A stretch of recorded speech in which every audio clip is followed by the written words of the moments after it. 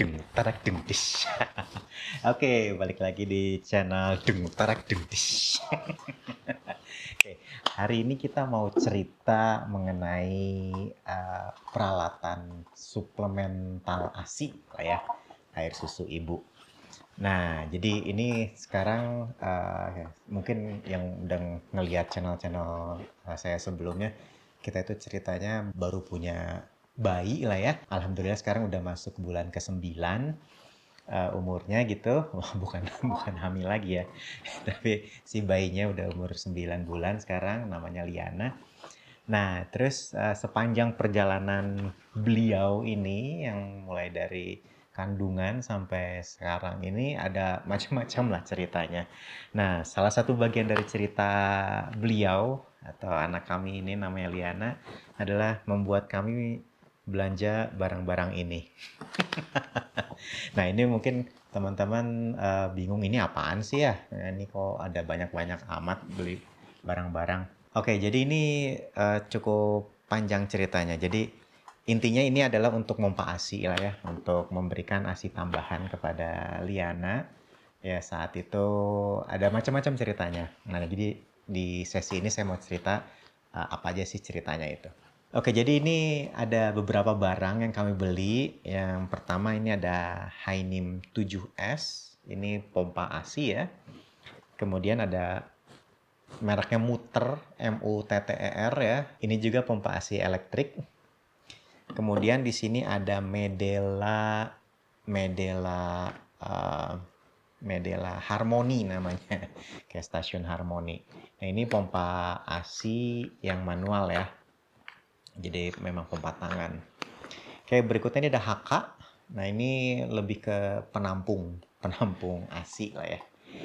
Oke, nah berikutnya di sini ada kotak ini judulnya Medela SNS Supplemental Nursing System. Ini benarnya nih yang digantung di sini di leher saya.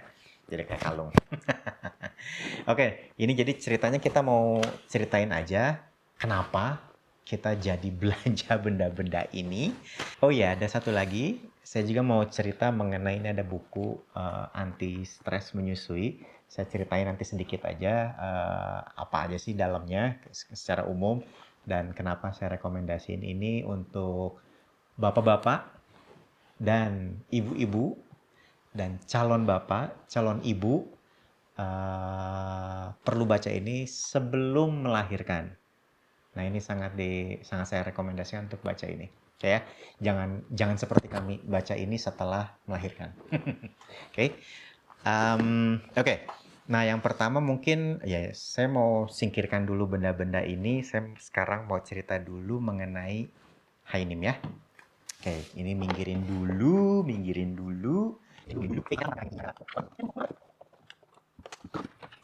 Oke, jadi ini deh paketan lengkapnya Hainim 7S ini seperti ini.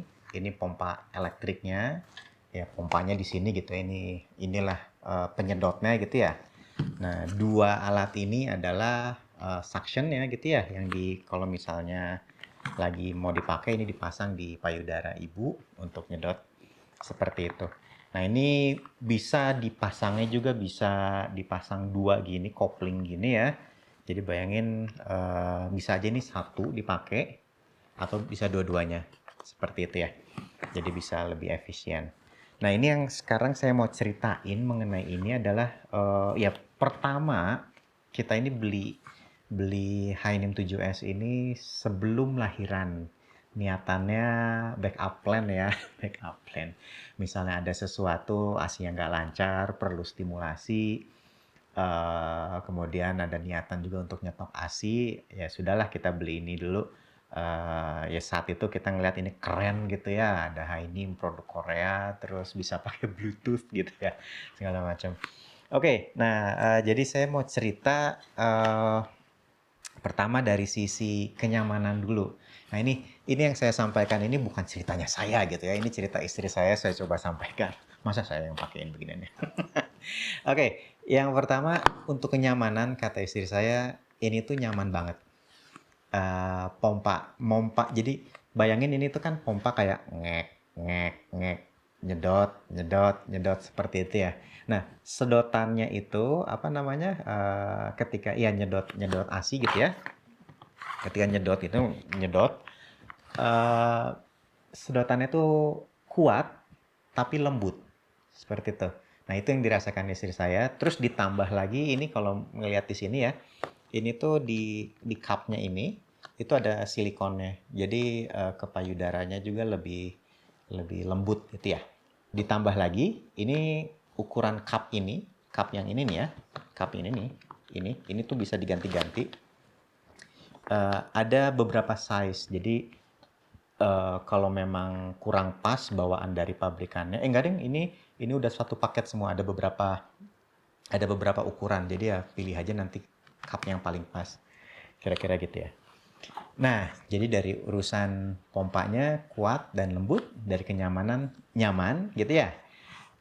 Terus saya mau ngebahas dari sisi ini, dari sisi practicality gitu kali ya. Jadi kan tentu bayangin setiap kali kita atau istri saya mompa itu setelah dapat asinya gitu ya. Ini asinya dapat udah masuk botol, terus botolnya disimpan di kulkas gitu ya. Nah, tentu benda-benda ini tuh perlu dicuci gitu sebelum melakukan pemompaan berikutnya. Nah, jadi yang bikin yang bikin agak-agak benda ini ditinggalkan oleh istri saya adalah karena ini partnya banyak banget. Bayangin ini untuk satu ini aja ada karetnya lagi gitu ya. Terus di sini ada apa lagi yang bisa dilepas-lepas lagi. Jadi apa itu desi saya mau lihat. Ada nih, ya. Ada siapa itu? Uduh. Nah, ini yang tadi disebut-sebut.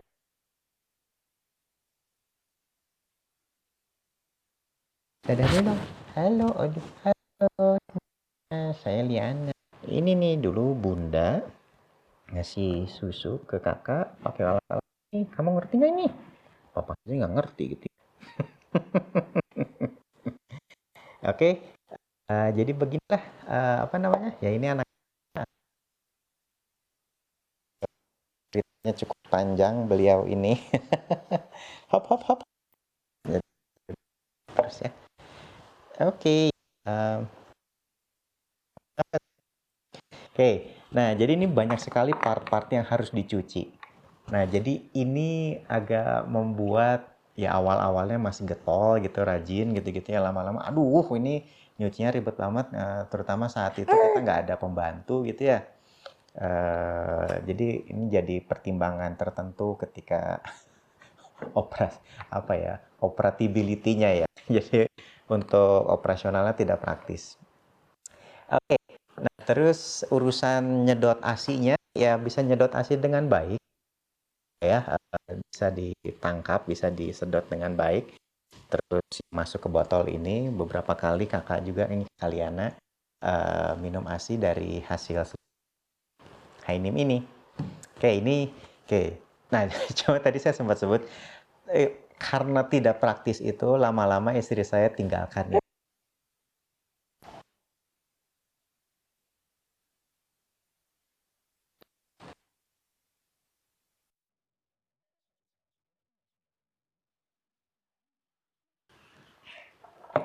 Oke, Mbak. Oke, jadi itu, nah saya jadi hilang lagi nih sekarang. Oke, sempat nyobain Medela yang apa harganya 35 juta. Terus istri saya bilang, gimana enak apa yang 35, apa beda yang 2 juta ini sama yang 35 juta itu? Ah, sama-sama aja deh rasanya gitu ya, nggak jauh beda. Maksudnya satu 2 juta, satu 35 juta, fungsinya sama-sama aja. Jadi ya em, bukan hal yang menarik untuk punya barang yang mahal untuk fungsinya sama. Dan cukup sederhana, mompa ASI. Oke, nah alat selanjutnya adalah ini ada Medela Harmony namanya. Nah ini Medela Harmony ini pompa ASI juga, cuma dia manual pakai tangan gitu ya. Nah menurut menurut pengakuan, kalau ngedengar cerita istri saya, pompa ini cukup menyenangkan karena ini apa namanya, mompanya itu bisa kita atur ya, kalau mau kenceng kenceng gitu ya, kalau misal mau pelan ya bisa kita atur secara manual ya, secepat apa kita bisa mompa ini. Nah, di sini ada dua fitur. Yang pertama, kalau kita tekan yang di atasnya ini buat mijit gitu ya, mijit payudara untuk merangsang payudara sebelum dipompa. Nah, kalau yang di bawah ini untuk mompanya. Nah, di sini dia datang dengan cup 24 mm nih tulisannya. Nggak ada silikon, tapi menurut pengalaman istri saya ini cukup nyaman. Seperti itu.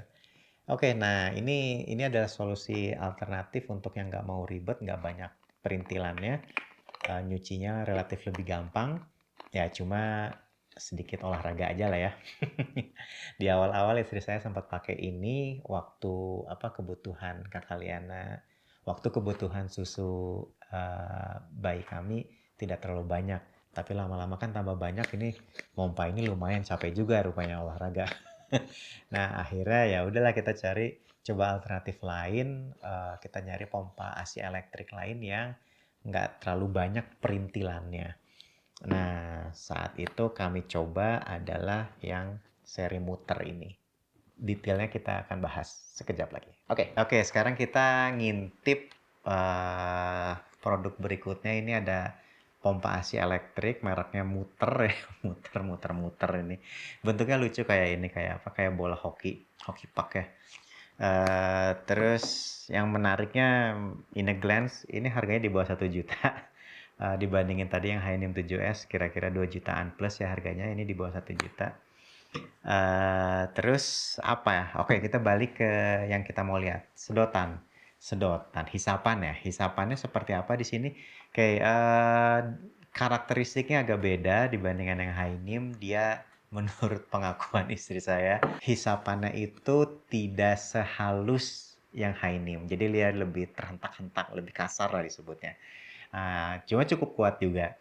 Nah, jadi apakah masih nyaman? Masih nyaman, masih acceptable, bukan yang kasar yang bikin sakit atau apa. Cuma karena sebelumnya sempat nyobain Hainim, sempat nyobain juga di mana di rumah sakit itu ada Medela Symphony ya yang 35 juta itu. Jadi bisa ngebandingin bahwa ini itu lebih kasar.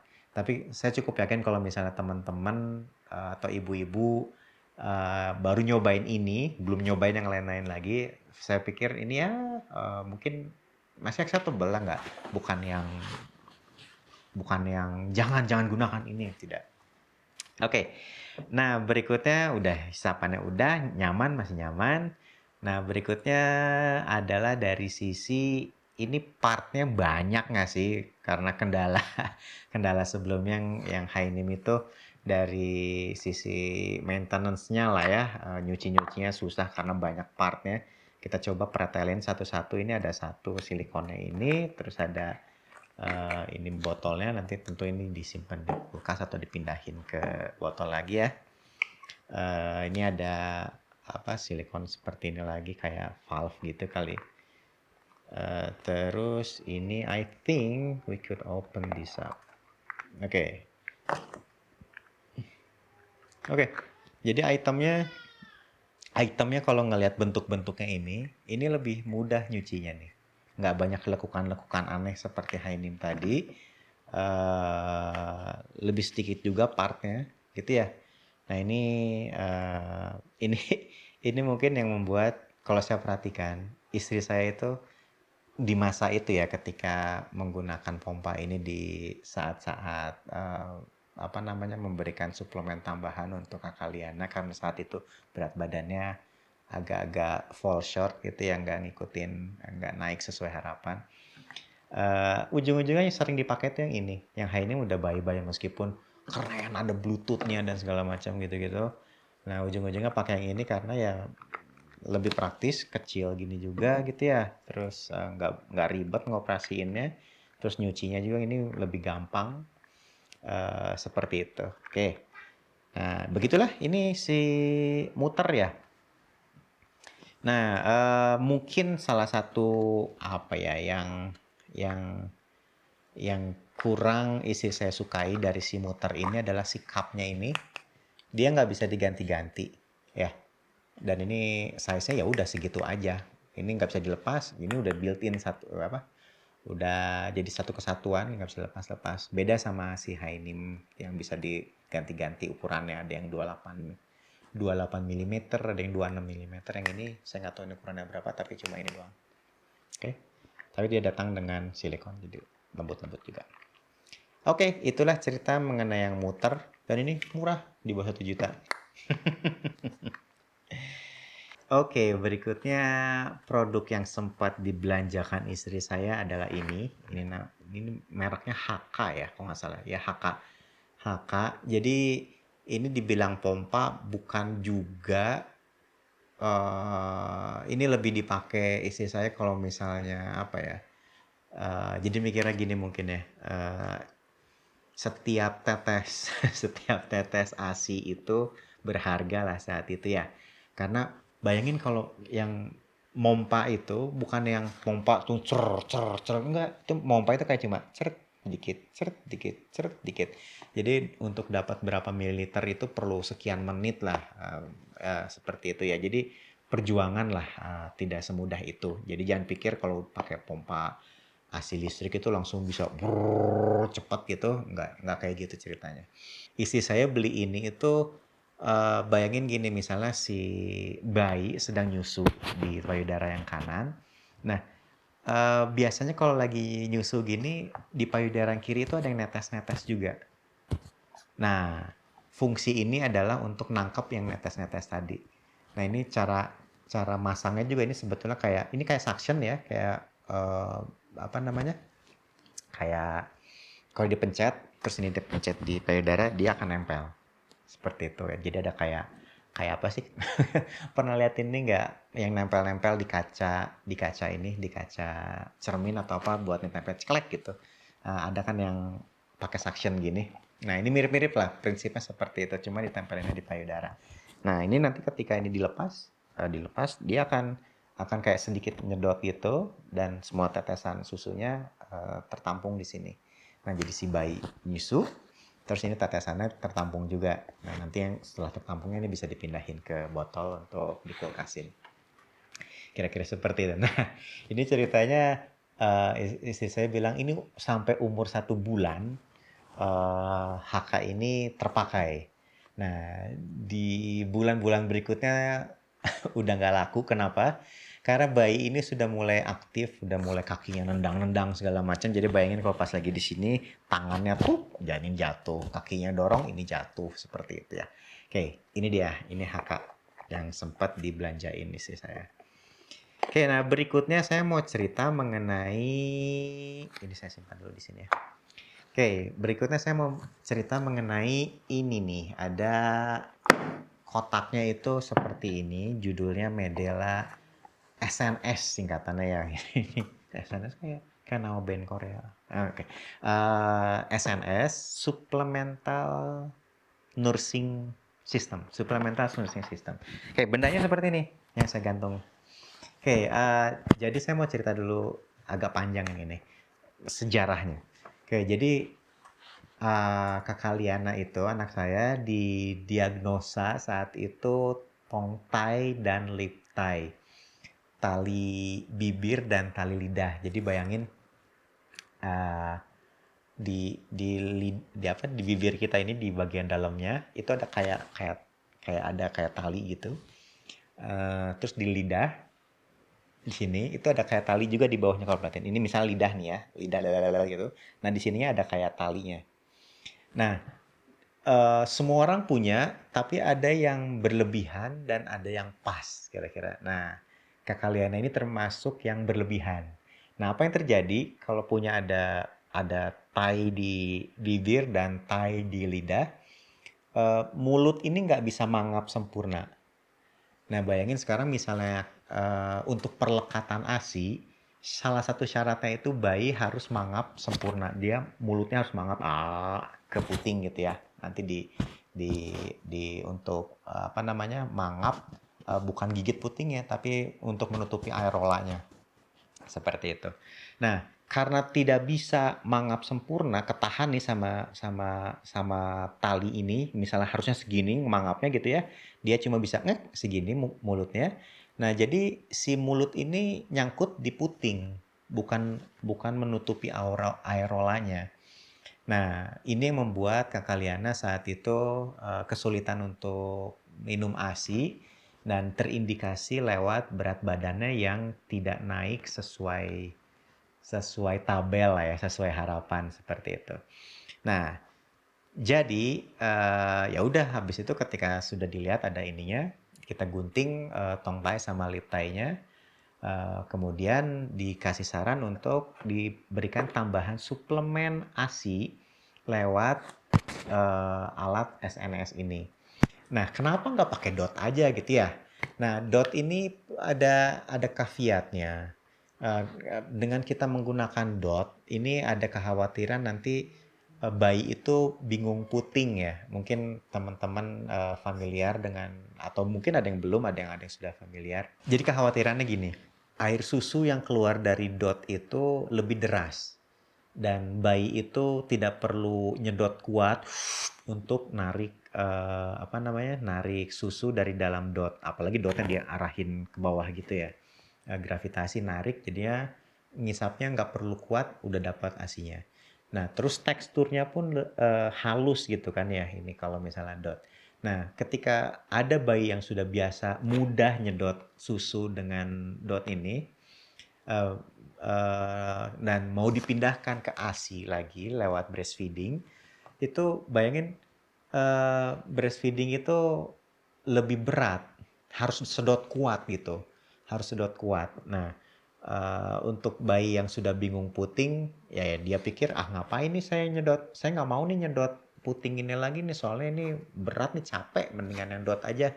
Nah, ketika sudah ada kasus bayi nggak mau nyedot ASI lagi, karena sudah terbiasa dengan dot, ini biasa disebutnya dengan bingung puting gitu ya.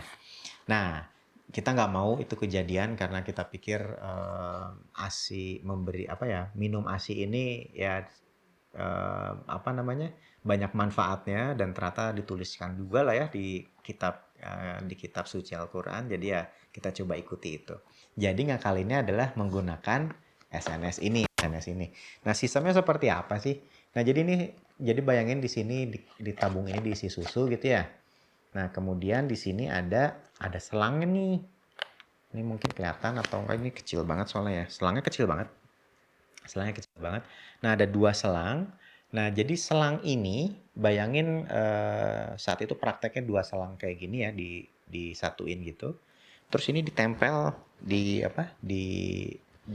persis samping putingnya gitu. Terus dikasih selotip gitu ya. Dikasih selotip. Nah, kemudian bayi akan breastfeeding di sini.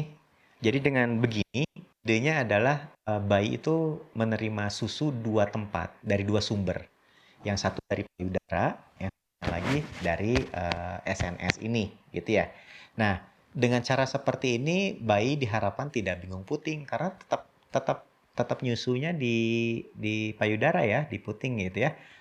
Bukan menggunakan dot yang ya tadi sudah disebutkan efek sampingnya seperti apa. Nah, itu.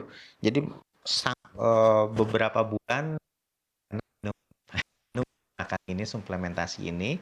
Saat itu ada yang menggunakan ASI dan sempat juga karena sesuatu dan lain hal lah ya, bahkan juga susu formula di sini.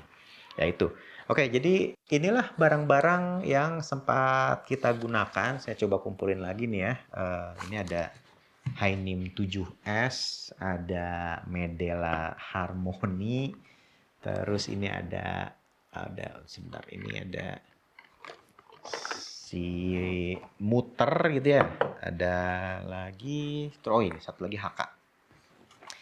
lagi HK. Oke, nah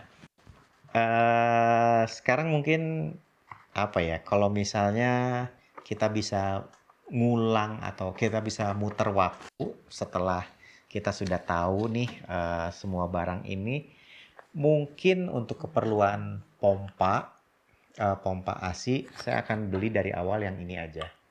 Karena ini dengan praktisnya tadi murah lagi di bawah 1 juta, terus nyucinya gampang gitu ya. Ini worth considering. Terus yang ini tetap akan digunakan karena ini fungsinya memang untuk nampung ASI yang berlebih gitu ya. Nah yang ini kayaknya saya nggak akan beli. Ini nggak akan beli karena sudah terakomodir sama pompa muter ini. Ini juga apalagi ini nggak akan saya beli. Terus kalau ini yang SNS karena kasusnya khusus ya, kasusnya khusus perlu suplementasi pilihannya dot atau mau SNS ini. Kalau nggak mau puting ya pakai ini. Seperti itu. Karena ada kasus khusus ya, karena ada tong thai, lip thai plus saya baru ingat. Selain tong thai sama lip thai ada lagi buckle thai. Jadi ada jadi lengkap Kak Kaliana itu.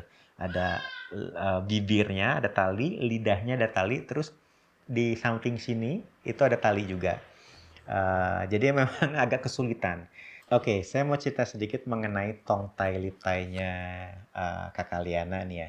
Jadi dulu indikasi awalnya adalah 3 minggu pertama itu berat badannya tidak naik sesuai harapan lah ya. Nah nanti untuk teman-teman yang apa namanya mau lahiran atau apa, coba browsing ada tabel perkembangan anak yang newborn, itu ada acuannya setiap berapa hari itu naik berapa gram kira-kira gitu ya, hitungannya harian.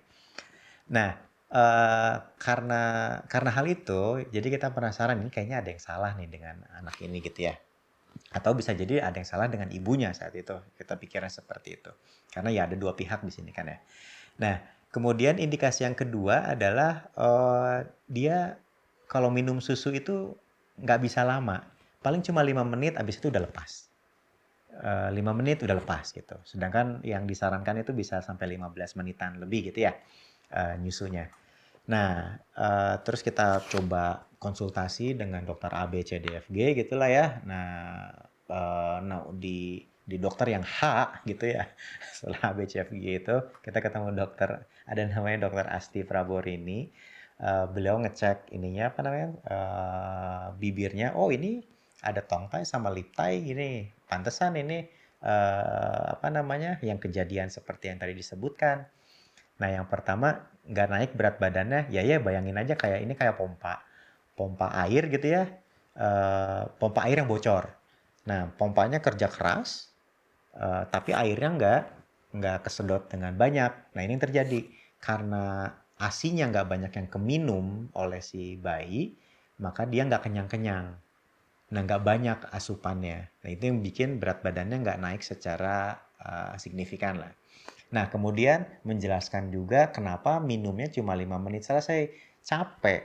Si bayi ini capek, dia kerja keras nih minum, tapi minumnya dapat asinya sedikit. Nah, karena capek dia langsung tidur. Nah, dua indikasi itu dikonfirm dengan adanya tong thai sama lip thai tadi. Yang ternyata setelah pertemuan berikutnya diketahui ada lagi bukal thai itu yang sana bucal thai. Nah, jadi cukup lengkap yang dialami Liana ini. Nah, setelah ya udah habis itu dipotong tong thai lip thai sama bakal thai-nya, ya udah dikasih suplemen ASI untuk ngejar ketertinggalannya tadi. Oke, ya mungkin itulah ya sedikit cerita aja mengenai apa namanya mengenai pengalaman kami bukan mengurus ya, pengalaman kami dengan kehadiran bayi yang tentu yang sangat kita tunggu-tunggu, dan teman-teman juga yang sedang menunggu bayi pasti itu sangat ditunggu-tunggu. Itu momen yang sangat apa ya sangat sangat menarik lah, tidak bisa dijelaskan dengan kata-kata. Nah, saya mau cerita satu lagi ini ketika ketemu dengan dokter Asti itu beliau menyarankan untuk baca buku ini. Ya ini buku tulisannya beliau sama dokter Ratih juga. Ya kita sempat beberapa kali juga ketemu sama dokter Ratih untuk konsultasi laktasi gitu ya. Terkait dengan ya itu tong thai lip thai tadi suplementasi kita kontrol dengan dokter-dokter ini ya, mereka dokter yang luar biasa lah. Nah ini mereka nunjukin ada buku anti stres menyusui, ini sangat saya rekomendasikan untuk dibaca oleh bapak-bapak dan ibu-ibu yang mau punya anak. Jadi kami terlambat nih taunya. Kami terlambat. Kami taunya setelah lahiran gitu ya, baru ketemu dokter dikasih ini. Nah, informasi-informasi di sini mulai dari kenapa kita perlu memberikan ASI kepada buah hati kita gitu ya, seperti apa. Terus kalau ada kesulitan-kesulitan memberikan ASI, di sini ada beberapa artikel yang menjelaskan bagaimana cara untuk mengatasinya. Kalau ada kesulitan-kesulitan, ini bisa jadi referensi pertama dulu untuk diketahui. Jadi ini bisa dibeli entah itu di toko buku gitu ya, atau online gitu, atau bisa di-download e-booknya di Google Play, recommended. Dan harus dibaca sebelum lahiran. Jadi kalau misalnya kita bisa, atau saya lah ya, atau kami bisa ngulang waktu, mungkin salah satu harapan kami adalah sebelum lahiran kita sudah sempat berkonsultasi ke dokter laktasi. Nah, apa namanya? Ya harapannya kita bisa dapat informasi-informasi mengenai laktasi dan gangguan-gangguan laktasi seperti tongtai-lita ini di awal gitu ya, bukan di akhir seperti yang kita alami. Nah, yang kedua adalah kita harapannya adalah lahiran itu di rumah sakit yang ada dokter laktasinya. Jadi untuk kasus kami itu kan mungkin seperti agak udah telat 3 minggu lah ya, 3 minggu baru kita ketemu dokter yang bisa mengidentifikasi bahwa kakak Liana ini ada tongtai liptainya, kemudian ada apa namanya, ada tindakan-tindakan selanjutnya kira-kira gitu. Nah kalau misalnya di hari waktu lahiran sudah teridentifikasi demikian, ya tentu tindakan-tindakan itu bisa dilakukan lebih cepat. Nah, jadi mungkin ya makasih nih untuk teman-teman yang sudah setia nih ya, setia nonton sampai sekian menit ini. Tadi ngedengerin saya ngecablak mengenai alat-alat ini, peralatan ini, dan kenapa kami beli ini, sejarahnya seperti apa. Dan kalau misalnya kita bisa ngulang waktu, kita mau milih yang mana aja, yang ini nggak usah, yang ini nggak usah, yang ini perlu, yang perlu. Sampai ngebahas ini juga. Oke, kalau misalnya ada pertanyaan mengenai peralatan-peralatan ini, silakan ditulis aja di komen. Nanti saya coba respon sebisanya gitu ya, sepengetahuan kami. Kalau misalnya ada pengalaman-pengalaman mengenai kesulitan laktasi, mungkin bisa ngobrol juga dengan kami di sini. Kita bertukar pikiran aja lah ya, sesama orang tua. Apa namanya, berbagi ilmu, berbagi informasi untuk kebaikan kita semua. Ya, sesama orang tua yang sekarang sedang berjihad, berjihad memberikan ASI selama 2 tahun, kita sama-sama saling mendukung lah ya. Oke. Kalau gitu kita jumpa lagi nanti di channel berikutnya, bukan channel berikutnya, di acara, kok acara berikutnya? Di sesi, kita berjumpa lagi di sesi berikutnya. Assalamualaikum warahmatullahi wabarakatuh. Dum tarak dum dis. Dum tarak dum dis. Dum tarak dum dis. Dum tarak dum dis. Dum tarak dum dis. Dum tarak dum dis. Dum tarak dum dis. Dum tarak dum dis. Dum tarak dum dis. Dum tarak dum dis. Dum tarak dum dis. Dum tarak